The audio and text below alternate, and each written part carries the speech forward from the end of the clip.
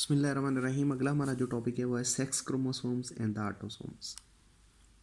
अच्छा, ये जो क्रोमोसोम्स होते हैं ना, ये दो तरह के होते हैं। इनकी टू काइंड्स होती हैं क्रोमोसोम्स की। तो एक वो क्रोमोसोम्स होते हैं जिन्हें हम नाम देते हैं किसका, सेक्स क्रोमोसोम्स का, और सेकंड वाले वो क्रोमोसोम्स होते हैं जिन्हें हम नाम देते हैं किसका, ऑटोसोम्स का। सेक्स क्रोमोसोम जो होते हैं ना, इन्हें एक सेकंड वर्ड्स के साथ भी डिनोट किया जाता है जिसे हम नाम देते हैं किसका, आलोसोम्स का। तो सेक्स क्रोमोसोम असल में वो होते हैं जो किसी भी इंडिविजुअल की, जो भी इंडिविजुअल पैदा हो रहा है उसके जेंडर को रिकमेंडेड करते हैं। ठीक है, जो जेंडर है उसको डिनोट करना वो बेसिकली तौर पर काम होता है किसका, सेक्स क्रोमोसोम्स का। आटो एक तो सेल्फ के लिए वर्ड यूज किया जाता है, सोमा कहते हैं बॉडी को, जिस्म। यानी कि ये ऐसे क्रोमोसोम होते हैं जो बेसिकली तौर पर इंडिविजुअल का बॉडी प्रिपेयर करते हैं। ये बॉडी को प्रिपेयर्ड करते हैं। जब ये बॉडी को प्रिपेयर्ड करते हैं तो हम इसको नाम दे देते हैं किसका, ऑटोसोम्स का। तो जो सेक्स क्रोमोसोम्स होते हैं, चले एग्जांपल ले लें कि जो हमारे पास ह्यूमंस हैं, हम उनके लिहाज से बात करते हैं। तो जो ह्यूमंस होते हैं इनके अंदर टोटल नंबर ऑफ क्रोमोसोम्स कितने होते हैं, 46 होते हैं। अब इनका जो जेंडर रिकमेंडेड किया जाता है वो जेंडर दो तरह से रिकमेंडेड होता है। एक जो जेंडर होता है वो मेल के लिहाज से होता है और एक जो सी होती है वो फीमेल होती है। मेल के जो सेक्स क्रोमोसोम्स होते हैं उन्हें एक्स वाई से डिनोट करते हैं, जबकि जो फीमेल होती है वो एक्स एक्स से डिनोट होती है। जबकि आप बॉडी की बात कर लें तो जो बॉडी के क्रोमोसोम्स होते हैं वो सिमिलर होते हैं और वो इन सेक्स क्रोमोसोम से बिल्कुल डिफरेंट होते हैं। यहाँ पर 44 नंबर ऑफ क्रोमोसोम्स होते हैं। अगर आपने पेयर बनाना है तो 22 के पेयर्स बनेंगे।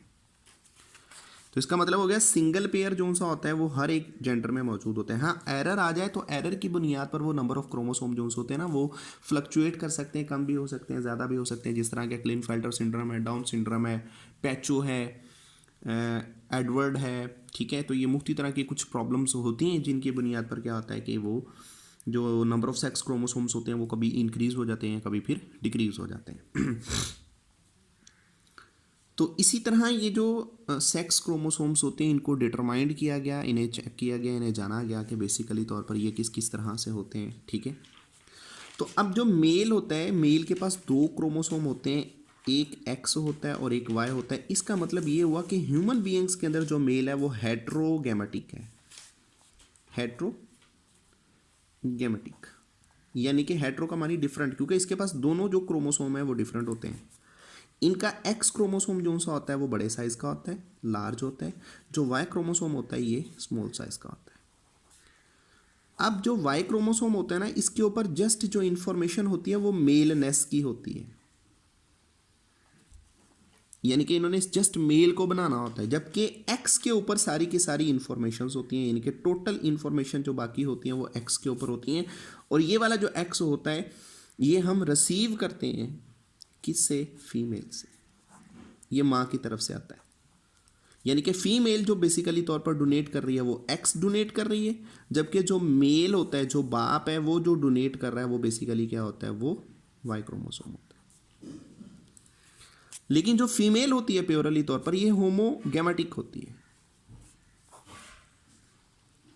अगर ये होमोगैमेटिक है तो फिर इसका मतलब है इसके ये दोनों एक्स सेम है। ठीक है, तो दोनों एक्स सेम होने की वजह से इसके ऊपर सारी इंफॉर्मेशंस मौजूद होती हैं, इसीलिए ये होमोगैमेटिक कहलाती है। अच्छा, सेक्स क्रोमोसोम्स को सबसे पहले रिकमेंडेड करने वाला जो पर्सन था वो बेसिकली दो पर्सन थे, दोनों ने इंडिपेंडेंटली तौर पर मिलकर ये काम परफॉर्म किया। 1905 के अंदर, 1905 के अंदर इन्होंने किया है। आपकी बुक में 1900 लिखा हुआ है।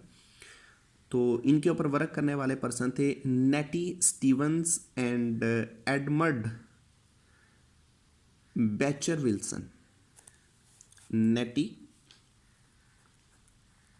Stevens and Edmund Beecher Wilson.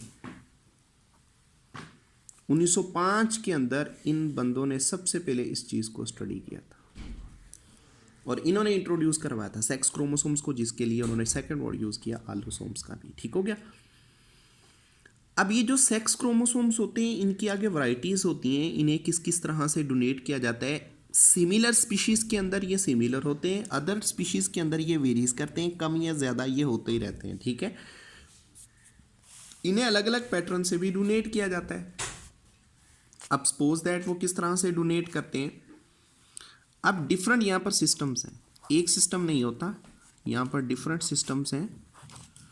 Different systems में अगर हम बात कर लें तो सबसे पहला जो सिस्टम होता है वो कहलाता है X0 सिस्टम। ठीक है, इसको एक्स नलो सिस्टम भी कहते हैं,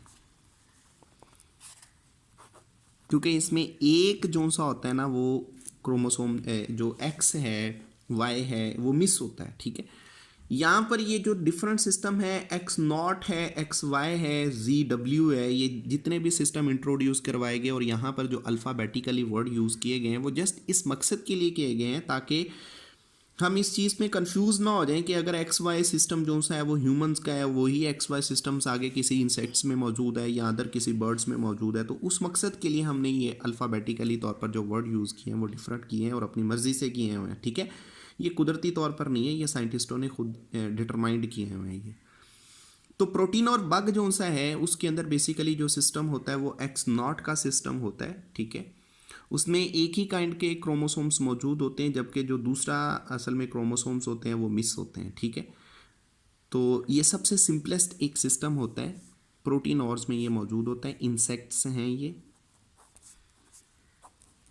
प्रोटीन और बग इसे कहा जाता है।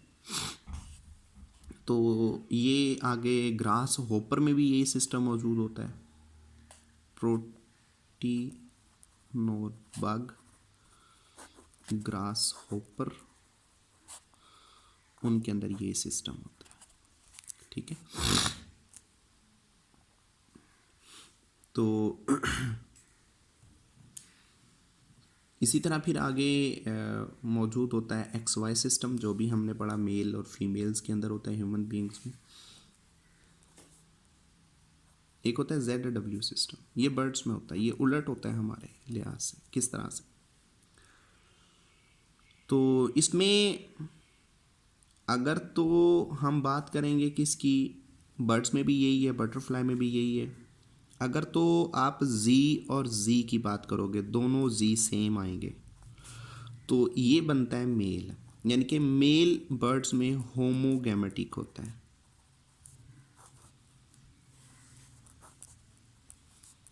जबकि जो फीमेल होती है वो ZW होती है, हेट्रोगैमेटिक होती है।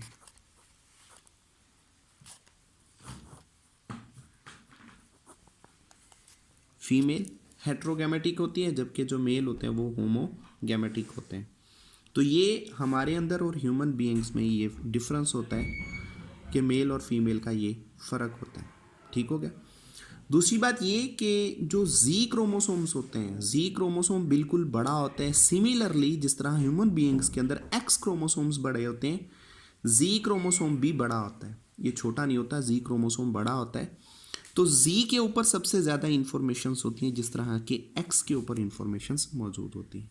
ठीक है जी, तो ये एक छोटा सा सिस्टम था जिसमें हम सेक्स क्रोमोसोम्स और ऑटोसोम्स की बात कर रहे थे। तो नेक्स्ट हम फिर करेंगे लिंकेज रिलेशंस की, तो वो नेक्स्ट हमारा टॉपिक होगा।